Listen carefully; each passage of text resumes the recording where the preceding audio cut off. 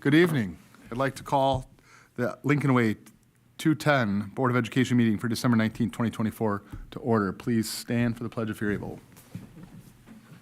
Pledge allegiance to the flag of the United States of America and to the republic for which it stands, one nation, under God, indivisible, with liberty and justice for all. Can you please call the roll? Dana Berthold. Here. Catherine Johnson. Here. Joseph Kostick.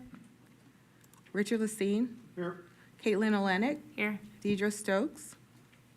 Aaron Janik. Here. We'll have Caitlin Olenek serve as the Secretary Pro Tem until Mr. Kostick arrives. He should be here in just a few minutes, and Ms. Stokes should also be joining us in a few minutes. We have no public comments this evening, so we'll jump right into our presentations, curriculum and instruction update. I will sub in this evening. Dr. Tingley, you're up. Yes, I will sub in this evening. Just a quick overview. One of the things we do have to do is present some of the report card findings to the board annually. So I'm just going to do an overview. There are some more detail in your backup materials. So as we look at this, the summative designations, this is the first time that we have not had all three as exemplary. I just want to take you through the indicators and some of the measures. So graduation rate, 50% is valued on that, and as you can see, all three schools scored in the 50th percentile. The ELA proficiency, Central and East, you got the maximum number. West just missed. The same with the math. Science proficiency across the board. Now we get to EL progress to proficiency. This is the first time the state has used this as a measure. What this is, it's an aggregate of the individual students that are deemed as EL. So for instance, for example, at West, we have 14 students. So those 14 students, we take an aggregate of their growth up to 5 years of the time since they've been identified and are in any program. So they can be a freshman at Lincoln Way, they're in year 3. They could have had no growth, but if the aggregate did not meet the target, we don't get credit. Dr. Fury and I spoke with the individual at the Illinois State Board of Education just to understand some of the methodology.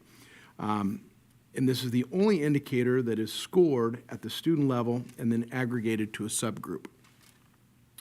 I felt, and I still feel, that measuring 14 kids when there's 2,000 in the building is not necessarily a appropriate indicator for 5%. But anyway, here's what we learned. This is on one test. It's the access test. We're going to do a better job this year on the access test. We're going to provide pizza. I know Mr. Griggs has already offered pizza, soda, pop, candy, cookies, you name it, to East. But we're going to do better on that one-day test to make sure the students understand the impact, because 5% is significant. As you can see, we did miss a couple points. Now, what's interesting, if you don't meet the threshold, so the schools that didn't meet the threshold of having numbers just get automatic 5%. So in the past, it's just been granted as 5. This is the first year that they've measured it.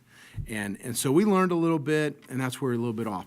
Chronic absenteeism, that's a tough one now. There are hardly any schools that I know, particularly large ones, that are getting that 10% threshold. We'll continue to work on that. Our kids miss school for a variety of reasons. Times have changed a little bit. In the old days, if you had a cold, if you had a cough, you just toughed it out and went to school. When kids are sick, we'd rather have them stay home right now, and so that's just something we continue to work through.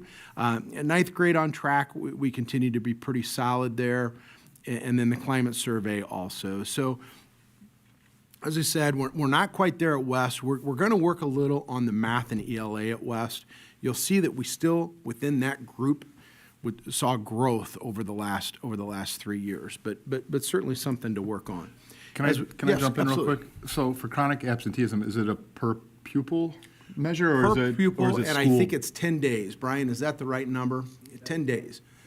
10 days. So if a student misses more than 10, then they're counted as chronic. So it's not like on Tuesday they had 10, no, 20 it's not kids how out. many kids per day. Okay. It's per student per year. And I'll be honest, that's Yeah, the how kid can gets you their wisdom change that? teeth out, there's 3 or 4 days. Yeah, I mean, right. they add up, and Sure. so that is what it is.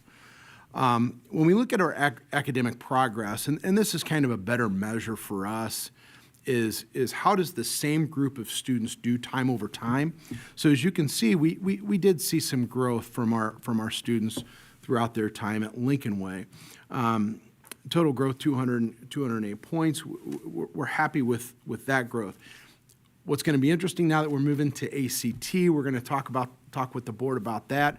What test do we want to give in the fall, and how do we want to start to measure moving forward now that we're switching gears? But this is how they perform during time. This is a class over class, not quite as good a measure, but it does kind of show the indication of, okay, Lincoln Way East class of 25 scored a little bit better than the class of 24, whereas the West class didn't score quite as well. But the first graph does show that growth year over year, so we did see some growth. We always like to show our composite per pupil expenditure in comparisons with other districts. The black line across is the per pupil expenditure of some of our competing schools. And you kind of see where we fall there. The SAT reading and writing benchmarks, how we compare with area schools in the state of Illinois. Once again, I think I anticipate West being back up a little bit, and certainly Central and East, we want them to maintain, if not improve just a little bit. Our math benchmarks the same. And then the top 25 in the state and kind of the expenditure per pupil. Now, as you start looking at the left, those are all prep or specialty schools, magnet schools. Then you get to the middle, you have some of our wealthier areas to the north, and East was able to make it into the top 25 of the state on the SAT composite. And then all three are in the top 75. Now, we like to be in the top 50, and that's our goal for next year on the ACT, would be to get all three of our schools back in that top 50 range. But just a quick overview, more details in the report card.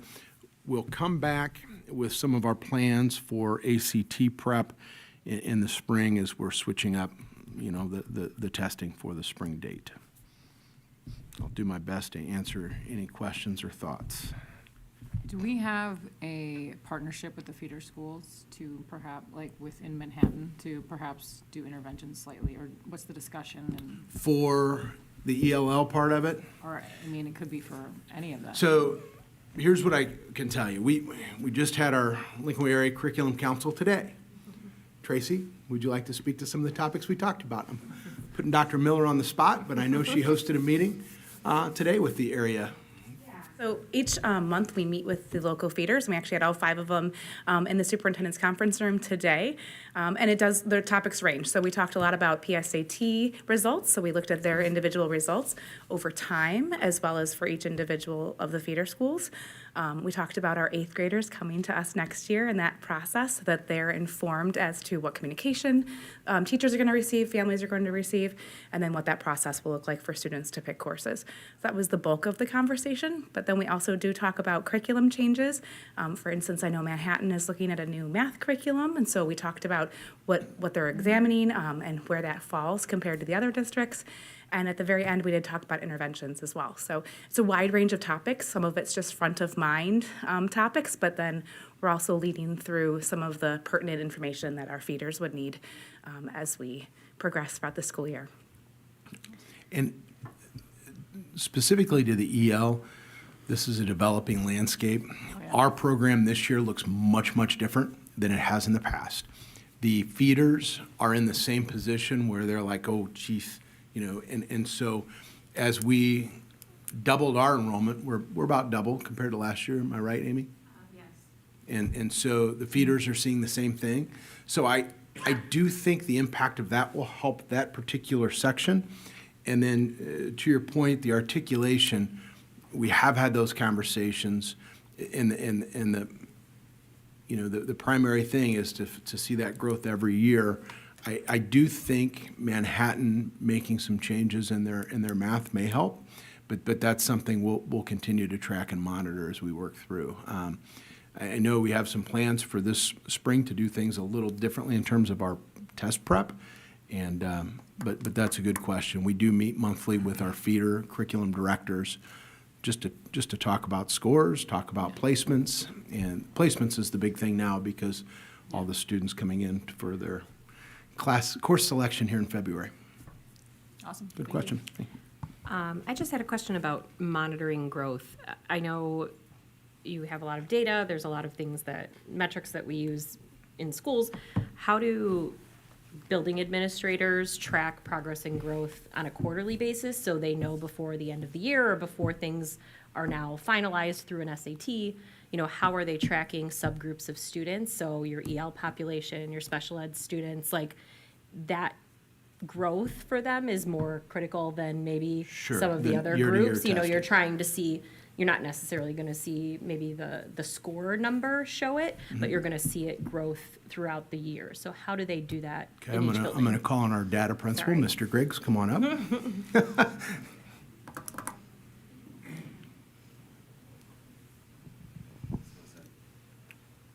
So, tracking the growth, we wouldn't necessarily track SAT, obviously, that comes Right. along once a year, but starting a couple of weeks into the school year, every week our MTSS teams meet and we have a list of every student in the school. And one week we might look at kids that are failing and reach out to them, find out what's going on. And many times the kid was sick or out for a few days, but a lot of times they're struggling, and so we're trying to get them in interventions right away.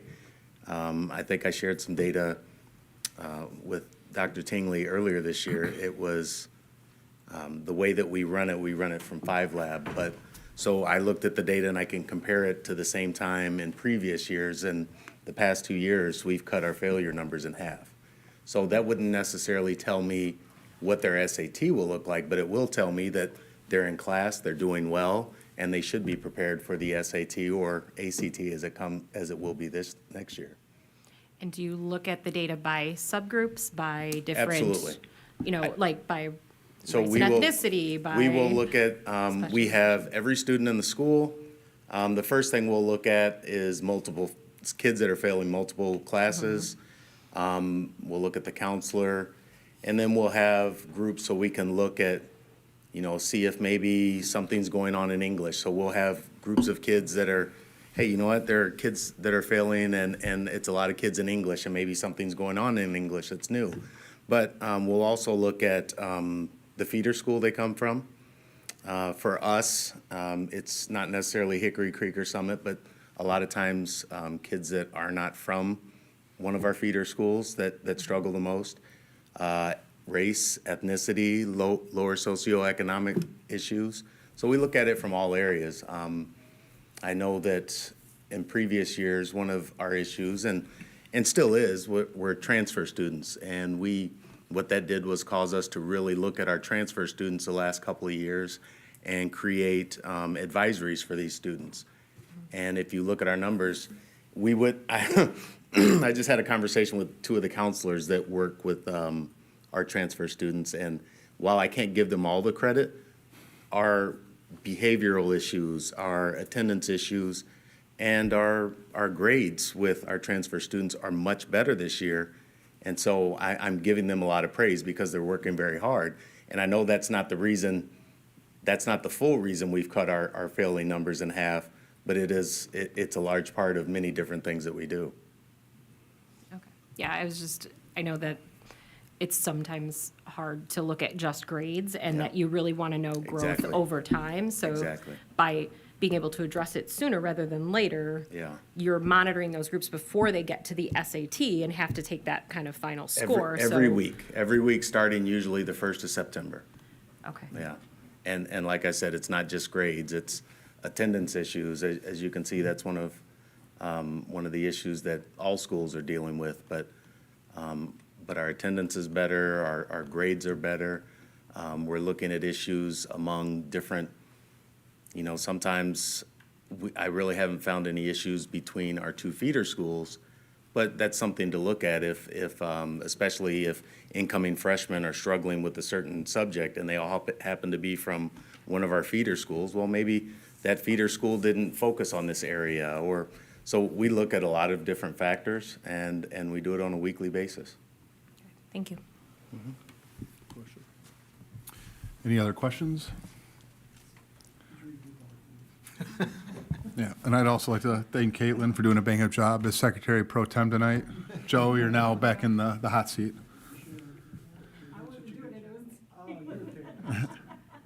All right, next up, we have the consent agenda, items D1 through D4. Would anyone like to have anything pulled individually?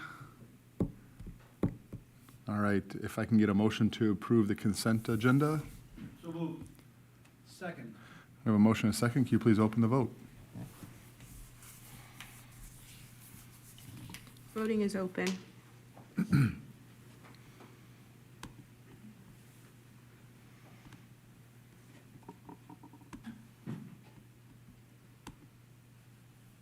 This vote is unanimous. Motion passes. All right, next up, we have the presentation of invoices from November 22nd, 2024 through December 19th, 2024. Motion to approve invoices in the amount of $3,599,026.96. We have a motion. Do we have a second? Second. Any questions? All right, hearing none, can you please open the vote? Voting is open.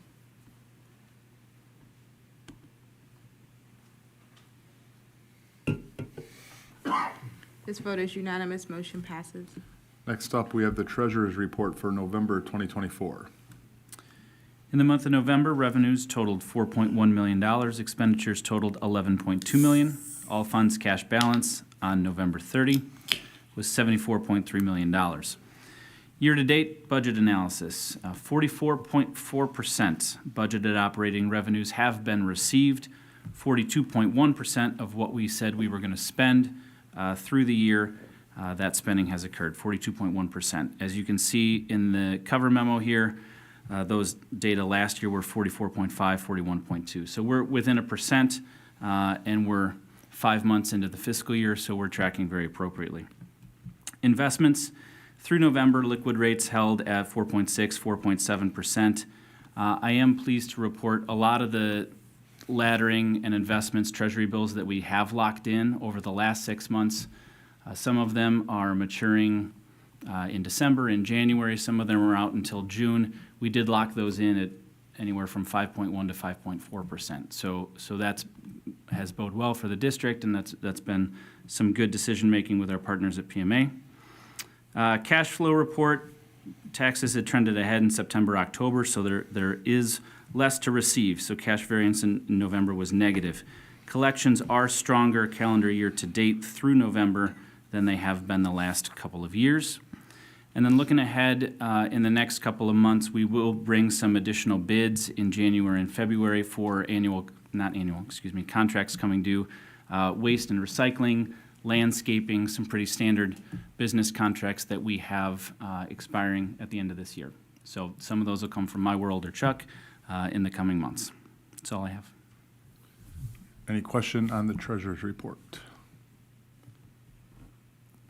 I have a couple. They're kind of nitpicky, but figure I'll ask them anyway. When you look at transportation fund expenditures and operation and maintenance fund expenditures, those are trending slightly more than expected. Is that just timing issues? We'll start to see some of those coming back towards the trending as expected later in the year. I mean, they're just getting into the red. Yep. So some of it has to do with benefits. I'll tell you that in terms of Fund 20 and Fund 40. As you can see in the bills you just approved too, our medical and dental claims have been running better. However, what we've had to do in the last 2 fiscal years are make some mid-year adjustments in terms of payroll liabilities to fund those. We sort of corrected that, and we're doing that as an ongoing basis now. So what that does is that puts us year-to-date ahead. That will wash out in the back half of the fiscal year. And then in transportation, with Mr. Reeser coming into the district, and we're making some changes down there, we put some technology pieces in place. There was some planned purchasing up front, and then also our bus leases that we pay up front were higher from this last year. All budgeted, but it makes that percentage higher year-to-date. So. Gotcha. And then on the cash flow detail, we have an interfund loan at the end of March, but we don't have a dollar amount in there. Is that just a placeholder in case we would need one? That's when you think you need to do it? Placeholder in case we need it. We've done it as early as January, February We had eventually pushed that out until April and May, and then for this budget year said, we don't think we need one. I've left it in, and I would recommend March or April. If anything changes, I'll bring that to the board at that time. Good question. That's all I have. Anything else from anybody? All right, hearing no further questions, can I get a motion to approve the report? So moved. All right, we have a motion and a second. Can you please open the vote? Voting is open.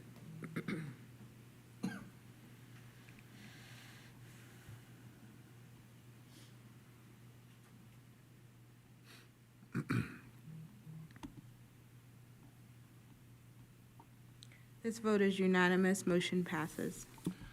All right, next up is the student activities report for November 2024.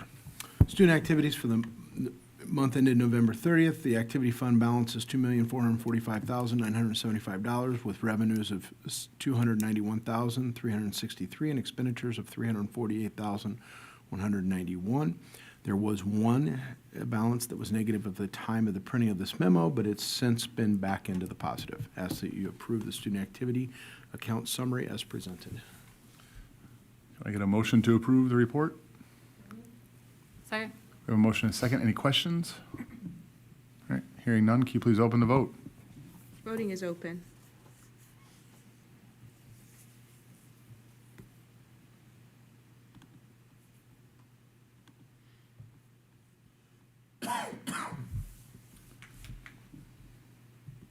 Vote is unanimous. Motion passes.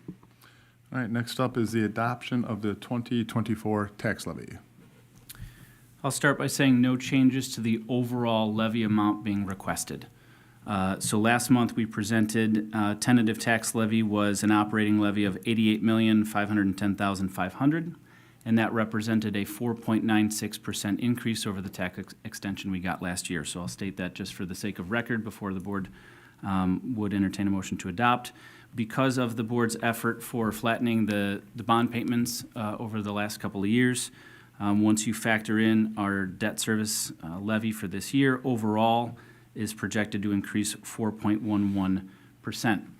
Because of truth in taxation, this is under a 5% change, so no public hearing was required tonight.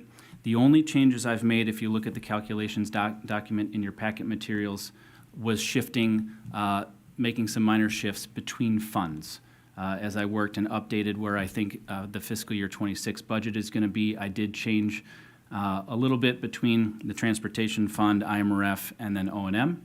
But again, the aggregate operating tax dollars we're levying is the same. Happy to take any other questions you might have. Any questions on the tax levy? Anyone call to talk to you about it? No, sir. No. All right. Same for me. All right, can I get a motion to approve the tax levy? So moved. We have a motion and a second. Can you please open the vote? Voting is open.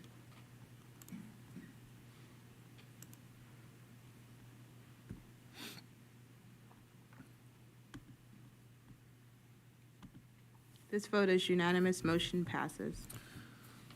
All right, next up is the technology purchase for student devices. Okay, good evening. There are two technology recommendations on tonight's agenda. One is the purchase of student devices, the other is for the purchase of staff devices. Cover memos and supporting documents are included in your board packets. These items are both planned requests, and the cost for each was factored into our 5-year technology capital plan and the 5-year financial forecast. The first item is a recommendation to purchase 1,750 Lenovo student laptops from CDW for a total of $743,750. My department reviewed several brands and models last year and decided on the Lenovo 500W Gen 4. We recommend the same device this year to allow for standardization across our fleet of devices. Last year's pricing was $425 per laptop. CDW honored a price freeze, so our price is the same this year as last year on those devices. The second item is a recommendation to purchase 250 staff laptops from CDW for $299,500. We have historically staggered our staff device fleet, and last year the board approved the replacement of half of these devices. Tonight's proposal is for the other half of the staff devices, and the cost is also flat from what we paid last year. Last year, we had a couple questions from members of the board, one about extended warranties and the other about our technology infrastructure and capital improvement planning. Our student devices have a 4-year warranty that coincides with the students' time here at Lincoln Way. We negotiated that as part of the bulk purchasing price on those devices. For our staff devices, we have a 3-year standard accidental damage protection warranty on those devices. To extend that cost would be an additional $20,000, which exceeds our yearly repair costs for staff devices. So we're recommending staying with the same warranties that we've done in the past. As for infrastructure and other technology capital improvements, our 5-year improvement plan includes replacement of switches, wireless access points, backup batteries, phone servers, security camera servers, and other items. We align our project planning with the federal E-rate program, which we receive a 40% discount on the eligible equipment. Mike and I have discussed all of these projects. We have it included in our initiatives that are in his financial forecast going forward, and we'll have some additional proposals in the spring after we do go out for RFP. Take any questions on either proposal? Any questions for Cheryl? Just one. So I know you presented a lot of detail last year when we talked about this the first time. Do you anticipate any issues with being able to get parts or replacements if needed, for knowing that it's like a 4-year agreement? No, we've been working with Lenovo on that. A few of the parts where it used to be 1 to 2 days, we're running at a couple of weeks. We're trying to keep some parts stocked in our closet, so when we're running low on a part, we try and order a couple of those parts for common replacement things, like a student laptop screen gets cracked or something like that.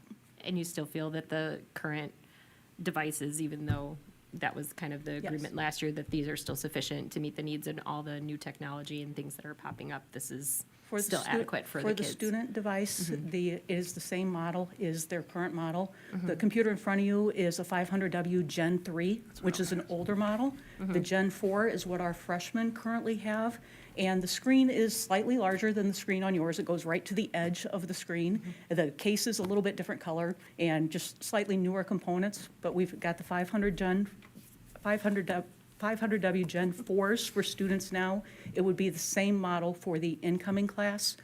For the staff devices, it's a Lenovo X13 Gen 4 this year. For next year, it would be a Generation 5 model with some newer hardware components in it, but we're getting the newer model device at the same price as last year on their pricing incentive through the end of this month. Great, thank you. What year are we in with the first set of devices? They're seniors this year or juniors? We've We're every, We Oh, started we're- with our freshmen and sophomores were 1-to-1, and our juniors and seniors had shared carts. Right. And then we had new devices for our freshmen, sophomores, juniors. Our seniors used some of our old devices. Right now, our sophomores, juniors, and seniors are on one model, and then the models changed from Lenovo, so our freshmen this year have a different device. But we still have seniors using the same device we issued as a 1-to-1 device their freshman year. But we're at least 4 years in. We are more than 4 years so in. everybody is Yes. on, my question was, where I was going with it is, how are the students handling the care of the devices? I mean, is it like a problem or is it pretty good? We've been pretty good. This year, between July 1st and now, for repair parts for all staff and student devices, I've spent $6,600 on repairs total. Yeah, ain't bad, So- for the district. Yeah, that's for ordering parts for the entire district, just in the last 6 months. That's what we paid for repair parts. No, it's pretty good. They purchase them back at the end of their, We allow the students to keep the device. If you graduate from Lincoln Way, you take the device home with you. We clear our software and our stuff off the device. It basically resets as a out-of-the-box device for them, and it's theirs to keep.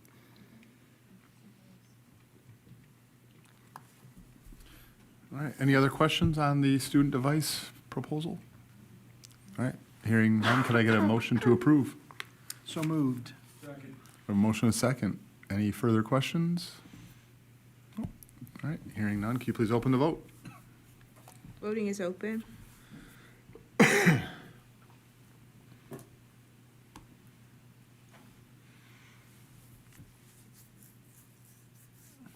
This vote is unanimous. Motion passes. All right, and we'll jump right into the technology purchase for staff devices, which we just heard the presentation. Any additional questions? All right, hearing none, can I get a motion to approve? I have a motion and a second. Can you please open the vote? Voting is open.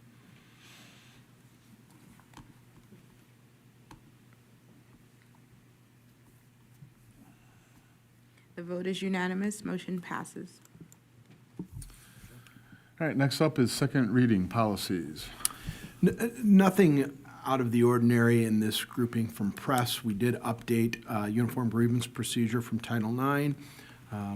The individuals required to do the training have done so, and so we're in good shape for this year and for this set of updated policies. So I'd ask the board to recommend the changes as presented through press.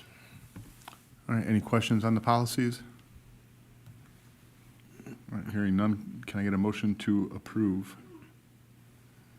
So moved. Second. We have a motion and a second. Can you please open the vote?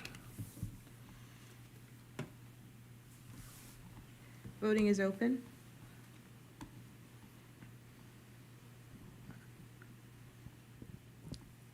The vote is unanimous. Motion passes. All right, next up is the paving bid award. So as we start to get into the different bids here, I just want to give a quick overview. We're in a pretty good spot. Those of us who deal with these sort of things, we're kind of excited what the future holds, and it's the first time I can say that since I've been sitting at this table. So we're nearly caught up with roofs. We're nearly caught up with parking lots. We're in a really good place. It mentioned to the board last spring, the governor passed a bill that would allow you to provide for life safety expenditures outside of going to referendum through bonds, through sale of bonds. So we started to work on our life safety, and we went through with our architects and engineers. We've just been approved for nearly $30 million in HVAC and boiler upgrades to both Central and East. So what that means is, in our current program, we would be looking to accomplish this over 10 years. We would piece and parcel it together. The ability to do this in large chunks allows us to be more efficient in our purchasing, better economy of scale, and then also do some larger units, central units, that we would not have been able to do if we were only doing about $2.5 million a year. So as we go through everything on here tonight, everything's accounted for in the budget. We're really, really good. Over the next 3-4 months, we're going to come back to the board with some detailed plans for HVAC and boilers for summer of 26, 27, 28, and discuss the options of how to go about that. At the same time, we'll provide information, our updated map. Many of you that have been on the board for a while, those red zones of the roofs and parking lots are no longer red. We've got some greens and yellows. So we'll update that just to show the board where we are. Chuck promises me we need no more than $1 million a year for roofs and parking lots moving forward. So I know. So he gets $1 million going forward for roofs and parking lots, but we're in pretty good shape. But what I wanted to, the point I want to make, we're in really good shape for all these bids. Everything fits into our budget. January, February, March, we're going to come back with some different options and really illustrate how over a 10-year period, we're going to be in an incredible spot. Then, of course, that puts us at the time when we have to start to look at our two newer buildings. And so the timing of this is really good. I was nervous prior to this life safety, kind of how we were going to be able to work through some of the HVAC and boiler issues, but now it's great. And so we'll talk about some of those options and those different types of things. Mike, am I missing anything there? So, as I said, for those of us who look at this a lot, this was kind of an exciting couple weeks and provide some opportunities. So with that being said, I'll get out of the way and you guys can talk about the paving bid award. That's not real exciting to me, but go ahead, Mike. As you know, we went out to bid, and if you have specific questions on any of the projects, I know Chuck can speak to those. Included, you have $4.5 million that you approved in this year's budget to transfer over for this upcoming summer, as well as some money where we built up some fund balance from transfers last fiscal year. Paving, roofing, each had 8 bidders in them, which was a great turnout. Both of those collectively came right in where DLA's estimates were. Lincoln Way West track replacement, and I'll let Chuck speak to the Mondo flooring at West, but we were able to work with DLA and get some really fantastic pricing going through a co-op with Kiefer. And then the general remodeling bid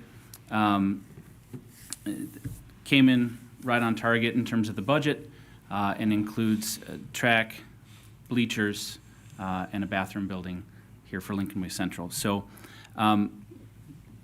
in terms of the bids, Chuck, do you want to add anything for each of those specifically? Unless there's any specific detail that anybody wants to touch base on, the real fun stuff. Alternative too, some of them are over 100,000 more, the bids, you know, it's just, you know, it's interesting to see, you know. Yeah, the variance of them, you know. So the roofing bid and the paving bid are more than $1 million? Because we said next year we're gonna get $1 million. Well, Do you think, So this are is we the doing field more house. this year than we yeah, went? this year we were in a bad position because we, somehow or another, the field house roof here got missed. It's scheduled to be done, but it wasn't on the assessment plan. So we would have been way under, but this is a perfect time to do the field house here. Okay. Gotcha.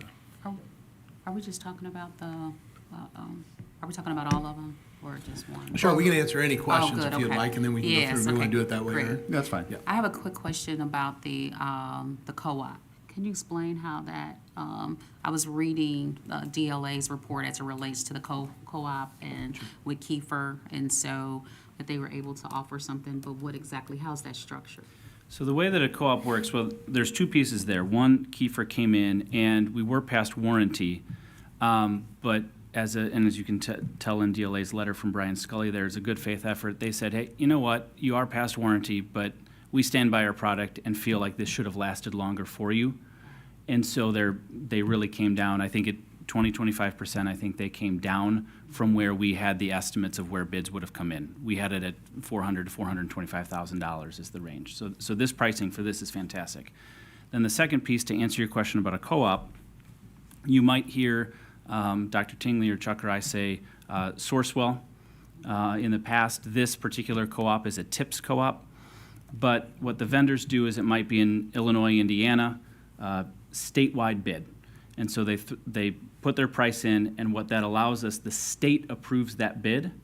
And so any organization like ourselves, we can go out to bid on our own, and you may get more aggressive pricing doing that versus going with a co-op, which is why we don't do it all the time. But the co-op allows for that direct purchasing because it's been a state approved. In this particular case, Kiefer's pricing is pretty substantially under what we believe a bid would come in at this time. Correct. They set the price for us in this particular case. So then my backup is that, so they reduced it because of the, I guess, how the condition of the track. Correct. And they wanted to keep our business as well. So what material are they gonna use so we don't find ourselves in that situation again? Chuck, what are we using? The material that we'll use is similar. It's the same product with a slightly better upgrade, but it's a rolled product, not a sprayed on. So, I mean, it's held up well. If anybody knows, the field houses at any of the campuses are just abused. You know, they're not used, they're abused, you know, so. And Chuck did go to a couple different schools. Right. Over the last 2 weeks to look at the products at a couple different schools up north, to look at coloring patterns, cleanliness, and how they've been holding up. And there's some things that we need to improve on, some education that will make the floor last longer. And how long is the warranty on that? The warranty on the new floor is 10 years.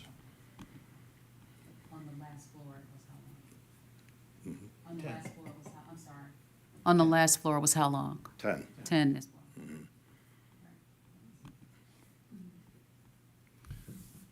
Any other questions about any of the projects?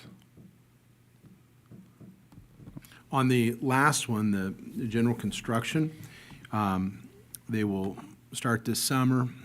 Bleachers are 240 days out, so the bleachers will actually be completed in November, but the rest of the work will be done during the summer months. The gymnastics gym at East, you may recall, we did the field house ceiling 3 summers ago, 2 summers Yes, sir. ago? 2. 2, and so this is just a carryover to that with the peeling. And so that will complete that project over there. This will put handrails on our home bleachers and a new track. As you can recall, we've been patching that track for about 10 years now. Resurfacing for 15. So this will get us several years. We'll be ready for playoffs, November then. Bleachers will be done after, hopefully they won't start on the bleachers till after Thanksgiving. There you go. All right, any other questions? All right, with that, I would entertain a motion to approve the paving bid award. We have a motion and a second. Can you please open the vote? Voting is open.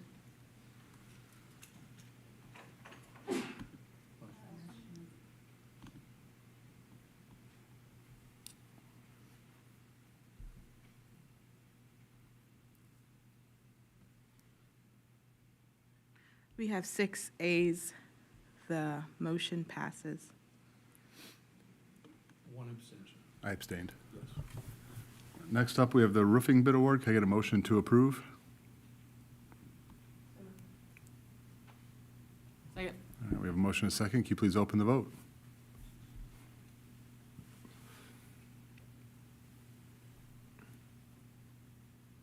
Voting is open.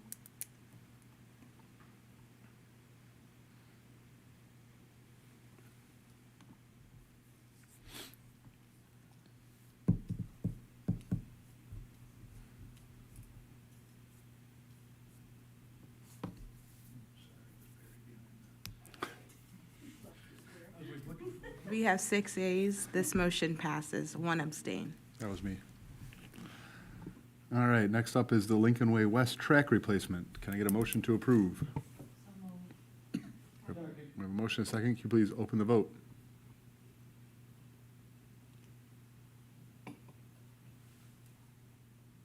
Voting is open.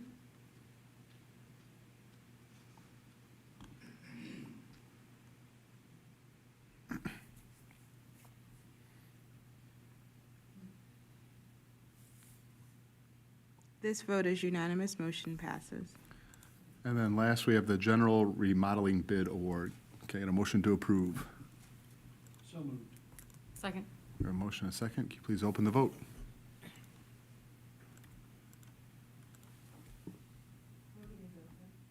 Voting is open.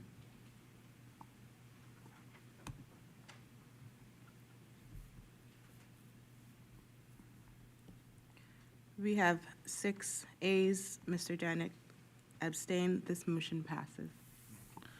And then real quick, before we move on to informational items, in terms of the life safety, you said it was legislation that was passed. Obviously you'll be coming back with some of those bids and how that works. Can we get maybe some kind of report on how the mechanics of that legislation work? Just Yeah, that'll all be included, Aaron. So one of the things that we will have to do is, as we come back into January and February, we'll discuss the legislation, the impact of that legislation, and then the mechanisms that it allows. We will have to then go to bond. If the board decides, yes, this is something we would want to do, we would have to go through the bond process with PMA, as we've done in the past. When we would refinance bonds, we'll have to go back and upgrade our bond ratings. There'll be about a 5 to 6 month process. But we'll start in January with, here's this legislation, and then here are our options, and that's what it would look like. We'll also be able to illustrate the savings due to the economies of scale of being able to do this at one time over 3 summers rather than piece it together. But yeah, that's a very good point. We'll share the legislation that allows and then bring the approved life safety report to the board so they see. Another part of that, for those of us who have been here a long time, if we decide to do this, those expenditures will be tracked, they will be audited, they will be reported on a timely basis to the board. For those of us who have gone through that in kind of retrospect, we'll do that up front, and you'll be able to clearly see that any money would be utilized directly for those expenditures. But we'll have everything laid out for discussion for the upcoming months. And then we would update the five-year forecast to Correct. incorporate all that as well. Absolutely, that would, and then also what we're working on now, Chuck, Mike, and I with our architects is upgrading that 5 to 10 year look at our facility. We've made tremendous progress, so now it's, okay, these are the things, these parking lots are left, these roofs are left, these classrooms may need enhancements, we may need to upgrade a cafeteria here, sort of thing. We have all that lined up, and we'll have that ready for a 5 to 10 year look, which will be very valuable. Yep.